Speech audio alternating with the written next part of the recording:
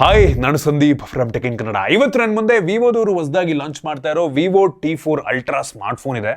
ನಂಗನ್ನಿಸ್ತಂಗೆ ಈ ಸ್ಮಾರ್ಟ್ ಫೋನ್ನ base variant 35,000 ರೇಂಜಲ್ಲಿ ಲಾಂಚ್ ಆಗ್ಬೋದು ಅಂತ ಗೆಸ್ ಮಾಡ್ತಾ ಇದ್ದೀನಿ. ಈ ಪ್ರೈಸ್ ರೇಂಜ್ಗೆ ಏನಾದರೂ ಲಾಂಚ್ ಆಯಿತು ಅಂತ ಅಂದರೆ one of the best flagship killer smart phone ಇದಾಗ್ಬೋದು. ಕಾದ್ ನೋಡೋಣ. ನಾನಿವತ್ತು ಈ ಸ್ಮಾರ್ಟ್ ಫೋನ್ನ ಅನ್ಬಾಕ್ಸ್ ಮಾಡ್ತೀನಿ, ಯೂಸ್ ಮಾಡಿ ನನ್ನ ಎಕ್ಸ್ಪೀರಿಯನ್ಸ್ ಮಾತ್ರ ಶೇರ್ ಮಾಡ್ತೀನಿ. ಏನು ಚೆನ್ನಾಗಿದೆ, ಏನು ಚೆನ್ನಾಗಿಲ್ಲ, ಈ ಪ್ರೈಸ್ ರೇಂಜಲ್ಲಿ ಈ ಫೋನ್ನ ಪರ್ಚೇಸ್ ಮಾಡ್ಬೋದಾ ತಿಳಿಸ್ಕೊಡ್ತೀನಿ. ಅದಕ್ಕಿಂತ ಮುಂಚೆ ನೀವಿನ್ನೂ ನಮ್ಮ tech in Kannada YouTube channel subscribe ಮಾಡ್ಕೊಂಡಿಲ್ಲ ಅಂದರೆ ಈಗಲೇ ಸಬ್ಸ್ಕ್ರೈಬ್ ಮಾಡ್ಕೊಳ್ಳಿ ಮತ್ತು ಬೆಲ್ ಐಕಾನ್ ಕೂಡ ಕ್ಲಿಕ್ ಮಾಡ್ಬೋದು. ಓಕೆ, ಫಸ್ಟ್ ಈ ಸ್ಮಾರ್ಟ್ ಫೋನ್ನ ಅನ್ಬಾಕ್ಸ್ ಮಾಡೋಣ. ಈ ಫೋನ್ನ ಬಾಕ್ಸ್ ನಮಗೆ ಈ ರೀತಿ ನೋಡೋಕ್ಕೆ ಸಿಗುತ್ತೆ. ಬಾಕ್ಸ್ ಮೇಲ್ಗಡೆ 44,999 ರೂಪಾಯಿ ಅಂತ ಇದೆ. ನೋಡೋಣ ಎಷ್ಟು ಕ್ಲಾನ್ಸ್ ಆಗುತ್ತೆ. ಈ ಬಾಕ್ಸನ್ನು ಓಪನ್ ಮಾಡಿದ ತಕ್ಷಣ ಡೈರೆಕ್ಟಾಗಿ ನಮಗೆ ಈ ಸ್ಮಾರ್ಟ್ ಫೋನ್ ನೋಡೋಕ್ಕೆ ಸಿಗ್ತಾ ಇದೆ. ಸೂಪರ್ ಆಗಿದೆ ಬಿಲ್ಡು, ಇದ್ರ ಬಗ್ಗೆ ಆಮೇಲೆ ಮಾತಾಡ್ತೀನಿ. ಇದರ ಕೆಳಗಡೆ ನಮಗೆ ಒಂದು user manual, quick start guide ಮತ್ತು ವಾರಂಟಿ ಕಾರ್ಡ್ ಸಿಗ್ತಾ ಇದೆ. ನಂತರ ಒಂದು ಟ್ರಾನ್ಸ್ಪರೆಂಟ್ ಬ್ಯಾಕ್ ಕವರ್ ಕೊಟ್ಟಿದ್ದಾರೆ. ಇದ್ರ ಕೆಳಗಡೆ 90 ವ್ಯಾಟ್ನ ಒಂದು ಫಾಸ್ಟ್ ಚಾರ್ಜಿಂಗ್ ಅಡಾಪ್ಟರು.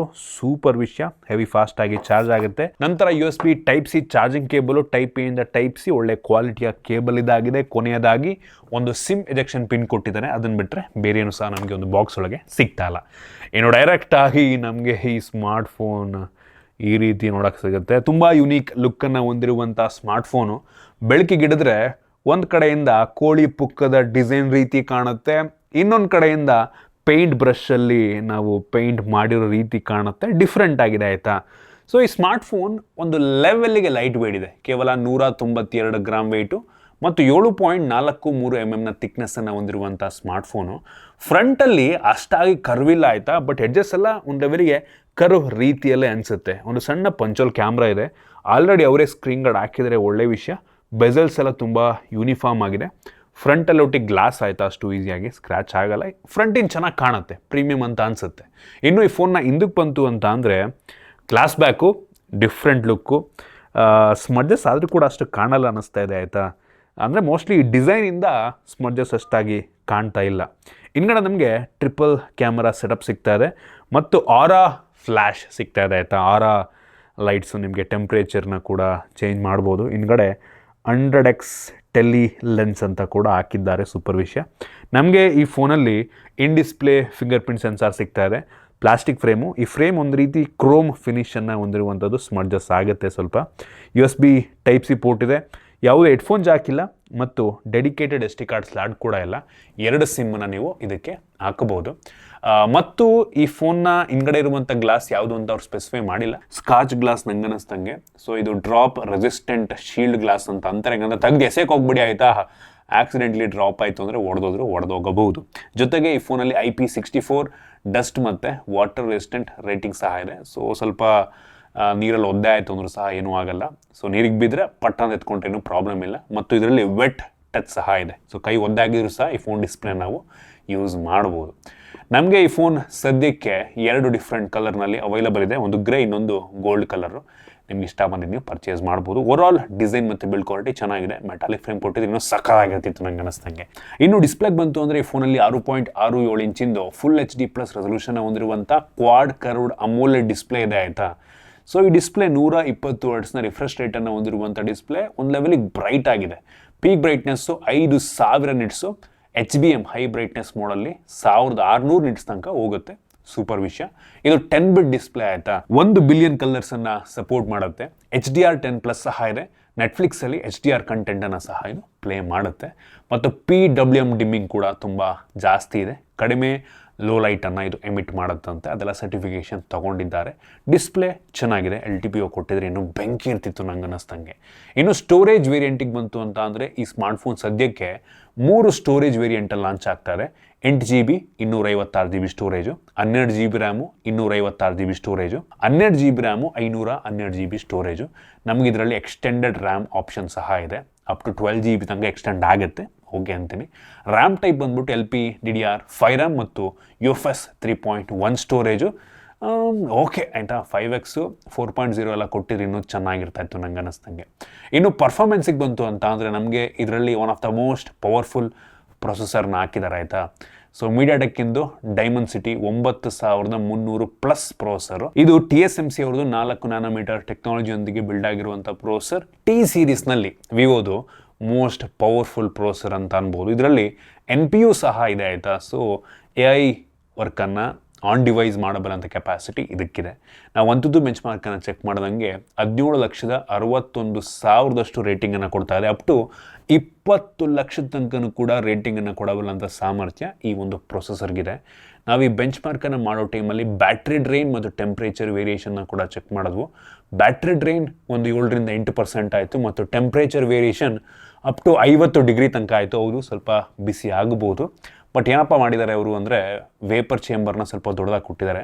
4,362 mm² ಎಂದು ವೇಪರ್ ಚೇಂಬರ್ ಇದೆ. ಸೊ ಈ ಡೆಸಿಪೇಷನ್ ಚೆನ್ನಾಗಾಗತ್ತೆ. ಸೊ ಬಿಸಿ ಆದರೂ ಸಹ ತೊಂದರೆ ಇಲ್ಲ.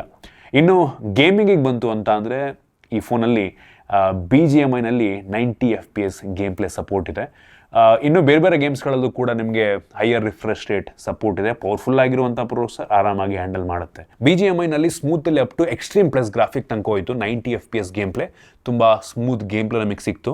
ಮ್ಯಾಕ್ಸಿಮಮ್ ಅಂತ ಅಂದರೆ ಅಲ್ಟ್ರಾ HDRನಲ್ಲಿ ಅಪ್ ಟು ಅಲ್ಟ್ರಾ ಗ್ರಾಫಿಕ್ ತನಕ ಹೋಯ್ತು. ಇದು ಕೂಡ ತುಂಬ ಸ್ಮೂತ್ ಎಕ್ಸ್ಪೀರಿಯನ್ಸನ್ನು ಕೊಡ್ತು. ನೀವು ಗೇಮ್ ಮಾಡಬೇಕಾದ್ರೆ ಅಷ್ಟೊಂದು ಬಿಸಿ ಆಗುತ್ತೆ ಅಂತ ಅನಿಸಿಲ್ಲ. ಬಟ್ ಈ ಡೈಮೆನ್ಸಿಟಿ ಹೈಯರ್ ಎಂಡ್ ಪ್ರೊಸೆಸರ್ಗಳು ಸ್ವಲ್ಪ ಬಿಸಿ ಆಗುತ್ತೆ, ಅದು ತುಂಬ ನಾರ್ಮಲ್ ಅಂತೀನಿ. ಪರ್ಫಾರ್ಮೆನ್ಸ್ ಟಾಪ್ ನಾಚ್ ಇದೆ. ಈ ಬೆಲೆಗೆ ಒಂದು ಒಳ್ಳೆಯ ಪ್ರೊಸೆಸರ್ ಹೊಂದಿರುವಂಥ ಫೋನ್ ಆಗುತ್ತೆ.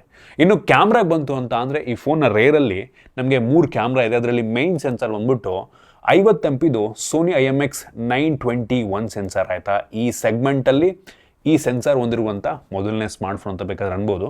ಇದು f1.88 ಅಪರ್ಚರ್ನ ಹೊಂದಿರುವಂಥ ಸೆನ್ಸರ್. ನಮ್ಗೆ ಇದರಲ್ಲಿ ಆಪ್ಟಿಕಲ್ ಇಮೇಜ್ ಸ್ಟೆಬಿಲೈಸೇಷನ್ ಸಹ ಸಿಗ್ತಾ ಇದೆ. ಇದು ತೆಗೆಯುವಂಥ ಫೋಟೋ ಆ್ಯಕ್ಚುಲಿ ಚೆನ್ನಾಗಿದೆ ಆಯಿತಾ. One of the best camera phone ಕೂಡ ಆಗಬಹುದು ಈ ಪ್ರೈಸ್ ರೇಂಜಲ್ಲಿ. ನಂಗೆ ಅನಿಸ್ತಂಗೆ T ಸೀರೀಸ್ನಲ್ಲಿ ಇಲ್ಲಿಯವರೆಗೆ ಲಾಂಚ್ ಆಗಿರೋದ್ರಲ್ಲಿ one of the best camera ಹೊಂದಿರುವಂಥ ಫೋನ್ ಅಂತೀನಿ. ಡೇ ಲೈಟ್ ಮತ್ತು ಲೋ ಲೈಟ್ ಎರಡರಲ್ಲೂ ಕೂಡ ಒಂದು ಒಳ್ಳೆಯ ಔಟ್ಪುಟ್ ನಮಗೆ ಸಿಗ್ತಾ ಇದೆ. ಲೋ ಲೈಟಲ್ಲೂ ಕೂಡ ನಮಗೆ ಕ್ಲಾರಿಟಿ ಒಂದು ಲೆವೆಲಿಗೆ ಚೆನ್ನಾಗಿದೆ ಅಂತ ಅನಿಸ್ತು. ಮತ್ತು ಇವರು RAW ಲೈಟನ್ನು ಕೊಟ್ಟಿರೋದ್ರಿಂದ ಟೆಂಪ್ರೇಚರ್ ವೇರಿಯೇಷನ್ ಮಾಡಿಕೊಂಡು ಕೂಡ ನಾವು ಫೋಟೋಸನ್ನು ತೆಗೆಯಬಹುದು. ಇದರ ಜೊತೆಗೆ ಇದರಲ್ಲಿ ನಮಗೆ ಇನ್ನೊಂದು 3x ಆಪ್ಟಿಕಲ್ ಝೂಮನ್ನು ಮಾಡುವಂಥ ಪೆರಿಸ್ಕೋಪಿಕ್ ಲೆನ್ಸನ್ನು ಕೊಟ್ಟಿದ್ದಾರೆ. ಇದು ಕೂಡ 50 MP. ಸೊ ಇದ್ರ ಕ್ಲಾರಿಟಿ ಕೂಡ ಚೆನ್ನಾಗಿದೆ ಆಯಿತಾ. ನಮಗೆ ಪೋರ್ಟ್ರೇಟ್ ಶಾರ್ಟ್ಸ್ನೆಲ್ಲ ತುಂಬ ಚೆನ್ನಾಗಿ ಕೊಡುತ್ತೆ. ಎಡ್ಜ್ ಡಿಟೆಕ್ಷನ್ ಎಲ್ಲ ತುಂಬ ಚೆನ್ನಾಗಿದೆ ಅಂತ ಅನ್ನಿಸ್ತು. ಸೊ ಈ ಒಂದು ಪೆರಿಸ್ಕೋಪಿಕ್ ಲೆನ್ಸು ಅಪ್ ಟು 6x ತನಕ ಲಾಸ್ಲೆಸ್ ಝೂಮನ್ನು ಮಾಡುತ್ತೆ. ಅಂದರೆ ಅದು ಒಂದು ರೀತಿ ಡಿಜಿಟಲ್ನೇ ಮಾಡುತ್ತೆ. 50 MP ಆಗಿರೋದ್ರಿಂದ ನೀವು ಝೂಮ್ ಮಾಡಿದ್ರು ಕೂಡ ಕ್ವಾಲಿಟಿ ರಿಟೇನ್ ಆಗಿರುತ್ತೆ. ಅದಕ್ಕೆ ಲಾಸ್ಲೆಸ್ ಅಂತ ಕರೀತಾರೆ. ಇದೇ ಒಂದು ಪೆರಿಸ್ಕೋಪಿಕ್ ಲೆನ್ಸು ಮ್ಯಾಕ್ರೋ ಕ್ಯಾಮ್ರಾ ರೀತಿಯಲ್ಲೂ ಕೂಡ ಕೆಲಸವನ್ನು ಮಾಡುತ್ತೆ. ಅಪ್ ಟು 10x ತನಕ ನೀವು ಒಂದು ರೀತಿ ಟೆಲಿಫೋಟೋ ಮ್ಯಾಕ್ರೋ ಝೂಮನ್ನು ಮಾಡ್ಬೋದು. ಇದು ಕೂಡ ಈ ಸೆಗ್ಮೆಂಟಲ್ಲಿ ಫಸ್ಟ್ ಟೈಮ್ ಅಂತೆ ಆಯಿತಾ. ಸೊ ಇದ್ರ ಕ್ಲಾರಿಟಿ ಕೂಡ ತುಂಬ ಇಂಪ್ರೆಸ್ ಮಾಡ್ತು ನನಗೆ. ಎರಡೂ ತೋರಿಸ್ತಾ ಇದ್ದೀನಿ ಆಯಿತಾ. ನಾನು ಕೆಲವೊಂದು ಪೋರ್ಟ್ರೇಟ್ ಶಾರ್ಟ್ಸನ್ನು ಕೂಡ ತೋರಿಸಿದ್ದೀನಿ. ಒಂದು ರೀತಿ ಪ್ರೊಫೆಷ್ನಲ್ ಕ್ಯಾಮ್ರಾದಲ್ಲಿ ತೆಗೆದ ರೀತಿ ಬರುತ್ತೆ. ಇದು 3x ತನಕ ನಿಮಗೆ ಆಪ್ಟಿಕಲಿ ಮಾಡುತ್ತೆ. ಇದು ಕೂಡ ನಿಮಗೆ IMX882 ಸೆನ್ಸರ್ ಆಯಿತಾ. ಅದು 921, ಇದು 882. ಒಟ್ಟಿನಲ್ಲಿ ಎರಡು ಕೂಡ ಒಂದು ಒಳ್ಳೆಯ ಸೆನ್ಸಾರ್ಗಳೇ. ಕ್ಲಾರಿಟಿ ಎರಡು ಕೂಡ ನನಗೆ ತುಂಬ ಇಂಪ್ರೆಸ್ ಮಾಡ್ತು. ಎರಡು ಕೂಡ ಲೋ ಲೈಟಲ್ಲಿ ಒಳ್ಳೆ ಔಟ್ಪುಟನ್ನು ಕೊಡುತ್ತೆ. ಮ್ಯಾಕ್ರೋ ಶಾರ್ಟ್ಸನ್ನು ಕೂಡ ತೋರಿಸ್ತೇನೆ, ತುಂಬ ಚೆನ್ನಾಗಿದೆ ಆಯಿತಾ. ಕಂಪ್ಯಾರಿಟಿವ್ಲಿ ಎಷ್ಟೋ ಫೋನ್ಗಳಿಗೆ ಕಂಪೇರ್ ಮಾಡಿದ್ರೆ ಮ್ಯಾಕ್ರೋ ಮಚ್ ಬೆಟರ್ ಇದೆ. ಚೆನ್ನಾಗಿ ಪ್ರೋಸೆಸ್ ಕೂಡ ಮಾಡುತ್ತೆ ಅಂತ ಅನ್ನಿಸ್ತು. ಇನ್ನೊಂದು 8 MP ಅಲ್ಟ್ರಾ ವೈಡ್ ಆ್ಯಂಗಲ್ ಲೆನ್ಸನ್ನು ಕೊಟ್ಟಿದ್ದಾರೆ. ಇದು 0.6x ವೈಡ್ ಆಗಿದೆ. ಕ್ಲಾರಿಟಿ ಓಕೆ ಅಂತೀನಿ ಆಯಿತಾ. ಆ ಸ್ಯಾಂಪಲ್ನ ಕೂಡ ತೋರಿಸ್ತಾ ಇದ್ದೀನಿ. ಇನ್ನು ಫ್ರಂಟ್ ಕ್ಯಾಮ್ರಾಗೆ ಬಂತು ಅಂತ ಅಂದರೆ 32 MP ಸೆಲ್ಫಿ ಕ್ಯಾಮ್ರಾ ಕೊಟ್ಟಿದ್ದಾರೆ. ತುಂಬ ವೈಡ್ ಆಗಿದೆ. ಕ್ಲಾರಿಟಿ ಕೂಡ ತುಂಬ ಚೆನ್ನಾಗಿದೆ ಅಂತ ಅನ್ನಿಸ್ತು ನನಗೆ. ಹೆವಿ ಅಂದರೆ ಹೆವಿ ವೈಡ್ ಆಗಿದೆ. ಇಂಪ್ರೆಸಿವ್ ಅಂತೀನಿ. ಮತ್ತು ಇದರಲ್ಲಿ ಇನ್ನೊಂದು ಇಂಟ್ರೆಸ್ಟಿಂಗ್ ವಿಷಯ ನಾನು ನೋಡಿದ್ದೇನಪ್ಪ ಅಂತ ಅಂದರೆ, ನೀವು ಕೆಳಗಡೆಯಿಂದ ಕ್ಯಾಮ್ರಾ ಅಪ್ಲಿಕೇಶನಲ್ಲಿ ಕೆಳಗಡೆಯಿಂದ ಮೇಲಕ್ಕೆ ಸ್ವೈಪ್ ಮಾಡಿದ್ರಿ ಅಂತ ಅಂದರೆ ಒಂದು ಡಿಫ್ರೆಂಟ್ ಮೋಡಿಗೆ ಕರ್ಕೊಂಡು ಹೋಗುತ್ತೆ. ಫಿಲ್ಮ್ ಕ್ಯಾಮ್ರಾ ಮೋಡ್ ಅಂತ. ಸೊ ಅದು ಒಂದು ರೀತಿ ಕ್ಲಾಸಿಕ್ ಕ್ಯಾಮ್ರಾಗಳು ಬರುತ್ತಲ್ವಾ, ಸೊ ಆ ರೀತಿ ಮೋಡಿಗೆ ಸ್ವಿಚ್ ಆಗುತ್ತೆ ನೋಡಿ. ಡಿಫ್ರೆಂಟಾಗಿ ಬರುತ್ತೆ ಇದರಲ್ಲಿ. ಸೊ ವಿವೋ ಲೋಗೋ ಇದರಲ್ಲೂ ಕೂಡ ನಮಗೆ ಕೆಲವೊಂದು ಫಿಲ್ಮ್ ಟೋನ್ಗಳು ಸಿಗ್ತವೆ, ಫಿಲ್ಟ್ರ್ಗಳು. ಸೊ ಇದರಲ್ಲಿ ವಿವಿಡ್ಡು, ಕೋಲ್ಡ್ ಫಿಲ್ಮು, ಸೊ ಸನ್ಶೈನು, ವೆಡ್ಡಿಂಗ್, ಈ ರೀತಿ ಡಿಫ್ರೆಂಟ್ ಮೋಡ್ಗಳು ಸಿಗ್ತಾ ಇದೆ. ಇದು ಯೂಸರ್ ಇಂಟರ್ಫೇಸ್ನೇ ಚೇಂಜ್ ಮಾಡಿಬಿಡುತ್ತೆ ಆಯಿತಾ. ನೀವು ಕ್ಯಾಮ್ರಾ ಅಪ್ಲಿಕೇಶನಲ್ಲಿ ಫೋಟೋ ಮಾಡಲು ನೀವು ಜಸ್ಟ್ ಮೇಲಕ್ಕೆ ಸ್ವೈಪ್ ಮಾಡಿದ್ರೆ ಇದಕ್ಕೆ ಸ್ವಿಚ್ ಆಗಿಬಿಡುತ್ತೆ. ಆಮೇಲೆ ಬೇಕಾದ್ರೆ ಮತ್ತೆ ಸ್ವೈಪ್ ಡೌನ್ ಮಾಡೋ ಮುಖಾಂತರ ಅದರಿಂದ ಎಕ್ಸಿಟ್ ಕೂಡ ಆಗ್ಬೋದು. ಇದರೊಳಗೆ ನಮಗೆ ಡಿಫ್ರೆಂಟ್ ಫಿಲ್ಟರ್ಗಳು ಸಿಗ್ತಾವೆ. ಅದು ಬಿಟ್ಟರೆ ಈ ಮೇನ್ ಕ್ಯಾಮ್ರಾ ಇಂಟರ್ಫೇಸಲ್ಲಿ ನೈಟ್ ಮೋಡು, ಪೋರ್ಟ್ರೇಟ್ ಮೋಡು, ಇದರಲ್ಲೂ ಕೂಡ ಒಳಗಡೆ ಫಿಲ್ಟರ್ಸ್ಗಳು ಕೆಲವೊಂದಿದ್ದಾವೆ. ಆಸ್ಟ್ರೋ ಮೋಡ್ ಇದೆ, snapshot mode, food photography, super moon mode, ಈ ರೀತಿ ಕೆಲವೊಂದು ಮೋಡ್ಗಳನ್ನ ಕೂಡ ಕೊಟ್ಟಿದ್ದಾರೆ. ಇನ್ನು ಇದರಲ್ಲಿ ನಿಮಗೆ ಫ್ರಂಟ್ ಮತ್ತು ಬ್ಯಾಕ್ ಎರಡೂ ಸಹ 4K 60 FPS ವಿಡಿಯೋ ರೆಕಾರ್ಡ್ ಮಾಡಬಲ್ಲಂಥ ಫೀಚರ್ ಇದೆ. ಸೂಪರ್ ವಿಷಯ. Front 4K 60 FPS, rear 4K 60, ಎರಡು ಕೂಡ ತುಂಬ ಸ್ಟೇಬಲ್ ಆಗಿದೆ. 4K 60 FPS ಸ್ವಿಚ್ ಮಾಡಿದ್ರು ಸಹ ಫ್ರಂಟ್ ಕ್ಯಾಮ್ರಾ ಹೆವಿ ವೈಡ್ ಆಗಿದೆ ಅಂತ ಅನ್ನಿಸ್ತು. ಎರಡು ಕೂಡ ಸ್ಟೇಬಲ್ ಇದೆ, ಕ್ಲಾರಿಟಿ ಕೂಡ ಚೆನ್ನಾಗಿದೆ ಅನ್ನಿಸ್ತು. ಇನ್ನು ಇದರಲ್ಲಿ ಕೆಲವೊಂದು AI ಫೀಚರ್ಗಳು ಸಹ ಇದೆ. So AI imaging studio, AI eraser 2.0 ಮತ್ತು ಎನಾನ್ಸ್ ಮಾಡುವಂಥ ಫೀಚರು, ಲೈವ್ ಕಟ್ಔಟ್, ಇದೆಲ್ಲ ನಮಗೆ ಈ ಕ್ಯಾಮ್ರಾ ಒಳಗೆ ಸಿಗ್ತಾ ಇದೆ ಮತ್ತು ತುಂಬ ಪ್ರೋಸೆಸ್ ಕೂಡ ಮಾಡುತ್ತೆ. ಆಯಿತಾ, ಕ್ಯಾಮ್ರಾ ಸೂಪರ್ ಆಗಿದೆ. ಈ ಬೆಲೆಗೆ ಒಂದು ಒಳ್ಳೆಯ ಕ್ಯಾಮ್ರಾ ಫೋನ್ ಆಗುತ್ತೆ. ಇನ್ನು ಸೆಕ್ಯೂರಿಟಿಗೆ ಬಂತು ಅಂತ ಅಂದರೆ ಈ ಫೋನಲ್ಲಿ optical in display fingerprint sensor ಸಿಗ್ತಾ ಇದೆ ಮತ್ತು ಫೇಸ್ ಅನ್ಲಾಕ್ ಸಹ ಇದೆ. ಎರಡು ಕೂಡ ತುಂಬ ಫಾಸ್ಟ್ ಆಗಿದೆ ಮತ್ತು ವೈಡ್ L1 ಸೆಕ್ಯೂರಿಟಿ ಕೂಡ ಸಿಗ್ತಾ ಇದೆ. ಇನ್ನು ಬ್ಯಾಟ್ರಿಗೆ ಬಂತು ಅಂತ ಅಂದರೆ ಈ ಫೋನಲ್ಲಿ 5500 mAh ಕೆಪಾಸಿಟಿಯ ಬ್ಯಾಟ್ರಿ ಇದೆ ಮತ್ತು ಬಾಕ್ಸ್ ಒಳಗೆ 90 ವ್ಯಾಟ್ನ ಫಾಸ್ಟ್ ಚಾರ್ಜರ್ನ ಕೊಟ್ಟಿದ್ದಾರೆ. ಸೂಪರ್ ವಿಷಯ.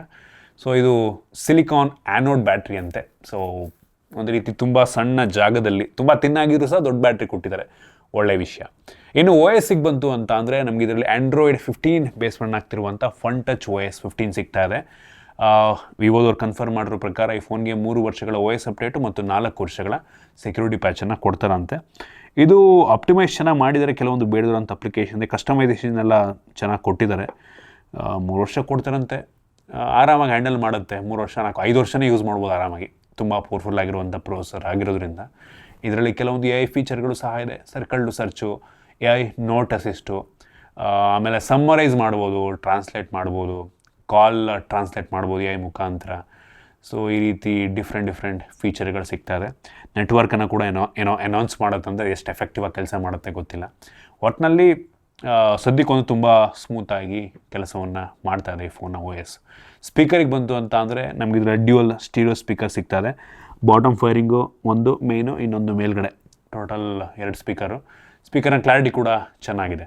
ಇನ್ನು ಕನೆಕ್ಟಿವಿಟಿಗೆ ಬಂತು ಅಂತ ಅಂದರೆ ನಮ್ಗೆ ಇದರಲ್ಲಿ Wi-Fi 6 ಜೊತೆಗೆ Wi-Fi 7 ಕೂಡ ಸಿಗ್ತಾ ಇದೆ. ಸೂಪರ್ ವಿಷಯ. Future ready. ದೊಡ್ಡ 5.4 ಕೊಟ್ಟಿದ್ದಾರೆ. 15 5G ಬ್ಯಾಂಡ್ಗಳು ಸಪೋರ್ಟ್ ಆಗುತ್ತೆ. ನಮ್ಮ ದೇಶದ ನೆಟ್ವರ್ಕ್ ಸಪೋರ್ಟ್ ಮಾಡಿದೆ, ತಲೆ ಕೆಡಿಸ್ಕೊಬೇಡಿ. ಮತ್ತು NFC ಕೂಡ ಕೊಟ್ಟಿದ್ದಾರೆ. ಅದು ಬಿಟ್ಟರೆ ಅವಶ್ಯಕತೆ ಇರುವಂತೆಲ್ಲ ಸೆನ್ಸಾರ್ಸ್ ಇದೆ, ಕ್ಯಾರಿಯರ್ ಅಗ್ರಿಗೇಷನ್ ಎಲ್ಲ ಸಿಗ್ತಾ ಇದೆ. ಇದಿಷ್ಟು ಈ ಫೋನಿಂದು ಕೆಲವೊಂದು ಮೇಯ್ನ್ ಫೀಚರ್ಸು. ನೀವಾದರೆ ಕೇಳ್ಬೋದು ಈ ಫೋನ್ನ ಈ ಪ್ರೈಸ್ ರೇಂಜಲ್ಲಿ ಪರ್ಚೇಸ್ ಮಾಡ್ಬೋದಾ ಅಂತ. ನಾನು ಅಂತೀನಿ ವಿವೋ ಬ್ರ್ಯಾಂಡಿಂಗಲ್ಲಿ 35,000 ರೂಪಾಯಿಗೆ ಲಾಂಚ್ ಆದರೆ ಕಣ್ಣು ಮುಚ್ಕೊಂಡು ಪರ್ಚೇಸ್ ಮಾಡ್ಬೋದು. ರೀಸನ್ ತುಂಬ ಸಿಂಪಲ್.